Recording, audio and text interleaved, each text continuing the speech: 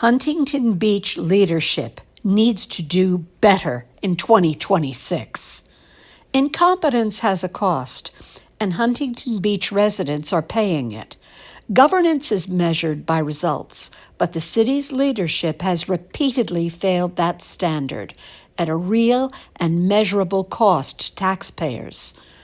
The Pacific Airshow settlement exemplifies this failure. Waived fees, long-term concessions, and exclusive rights went far beyond what residents were told.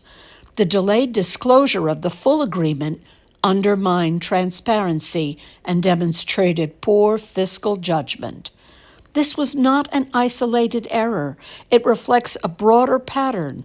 The city's voter ID ordinance was struck down by the California 4th District Court of Appeals as preempted by state law, an outcome that was legally predictable from the outset.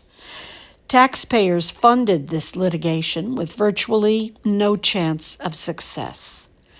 Similarly, the Huntington Beach's lawsuit challenging California's sanctuary law was dismissed outright in federal court for lack of standing.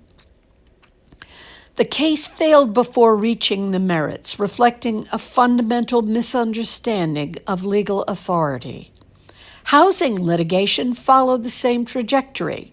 The city's refusal to comply with state housing law resulted in court orders compelling compliance, stripping Huntington Beach of discretion and weakening local control, the very outcome officials claimed to oppose. These losses were not forced upon the city. They were the result of deliberate choices that ignored settled law in favor of political signaling.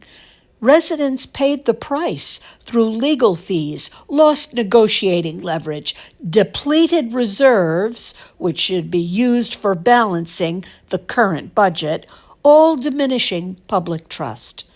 As Huntington Beach enters a new year, one can only hope Mayor Casey McKeon governs with professionalism and learns from the shortcomings of his predecessor, Pat Burns, particularly the need to avoid vulgar language and disparaging remarks about the city's residents, whether on or off the microphone. In most jurisdictions, such conduct would prompt serious disciplinary consequences, if not resignation. But it was tolerated here only by a council unwilling to hold itself to basic standards of accountability.